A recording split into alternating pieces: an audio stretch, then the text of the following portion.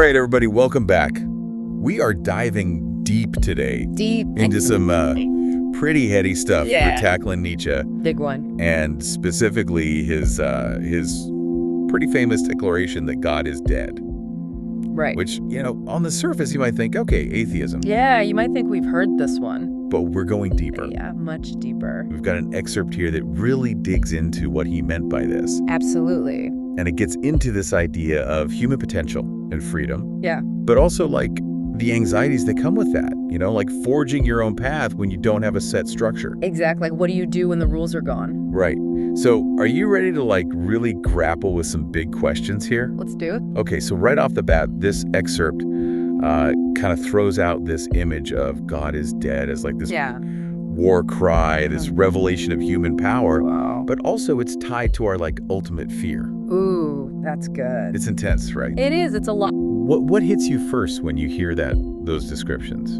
I mean, it definitely grabs your attention, right? Oh, yeah. But I think what's so interesting is that it's framing God is dead as this huge shift, like a turning point in history. Yeah. And it's not just like an idea, it's like a declaration. Oh, yeah. It's meant to make you kind of rethink everything. Totally. It's like an earthquake. Yeah, exactly. And you know what else is interesting? The excerpt is really clear that Nietzsche wasn't attacking religion itself. Right. It was more about the power structures that get built up around religion. And institutions, yeah. Yeah, and there's this argument that humanity kind of killed God through our progress, our science, even our need to control everything. That's fascinating. It is. What are your thoughts on that? Well, you have to remember that Nietzsche was writing during a time of crazy change. Oh, yeah, for sure.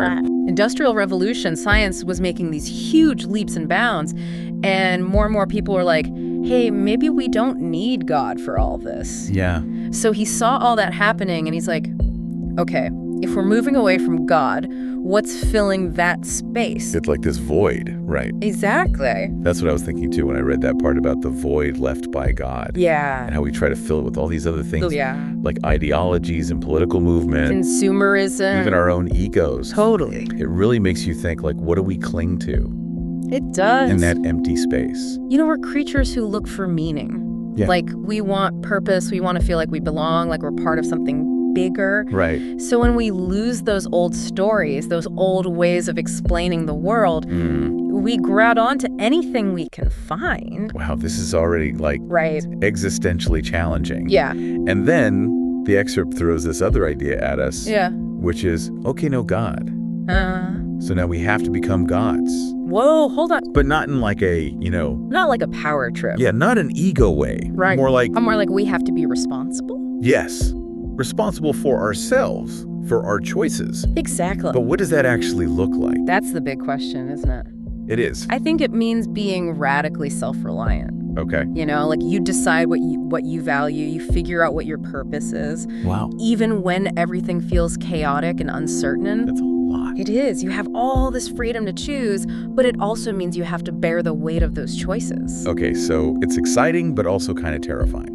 Yeah, definitely both. And, the excerpt even says that most people aren't ready for that much freedom. They want the comfort of those old structures. They want the rules. Right, the rules. Someone else to tell them what to do. Exactly. So I gotta ask. Hit me. Where do you think you fall on that spectrum? That is the question, isn't it? And where do you think our listener, where might they find themselves on that spectrum? I think it's different for everyone. Yeah. Some people thrive on creating their own path. Yeah. Even if it's uncertain. Right. And some people, they need that structure. Yeah, they need a guidebook. I think most of us are somewhere in between, We go back and forth. Totally. Yeah, it's like a constant balancing act. Mm-hmm. And that kind of leads us to Nietzsche's whole Übermensch thing. Yes, the Übermensch. Very loaded term. It is. It's so easy to picture some superhuman figure. Right, like a superhero or something. Exactly. But the excerpt really presents it more as like an ideal.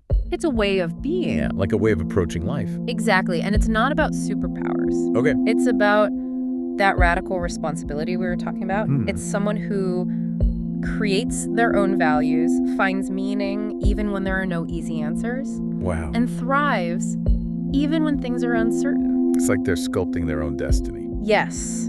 It's less about reaching some final destination. Right. And more about the journey of becoming who they are. Okay, I like that. That makes it feel more human. More relatable, right? Yeah, more achievable even. Hopefully. But then the excerpt kind of hits us with this, like, blunt question. Like a reality check? Yeah, which is basically, can we survive without a crutch? Can we rise from the, like, ashes of the divine? Whoa. It's intense. Oh, it's like a challenge. It is. It's like Nietzsche daring us. I think he is. To figure this out. He's saying, okay, if the old ways of thinking are really gone, what are you going to do about it? Exactly. What will we build in their place? And are we brave enough to build something totally new and different, something that's truly ours? Oh, man, what a deep dive. It was. My brain is, like, full. I know, it's a lot to think about. It is. But thank you so much for helping us unpack all this. Of course, always happy to talk Nietzsche. And to all our listeners out there, I'll leave you with this. Yeah. If God is dead, what values are going to guide your life? Yeah, what meaning will you create? Especially now, when you have the power and the responsibility to shape your own destiny. That's something to think about. It is. And we'll see you next time. See you then.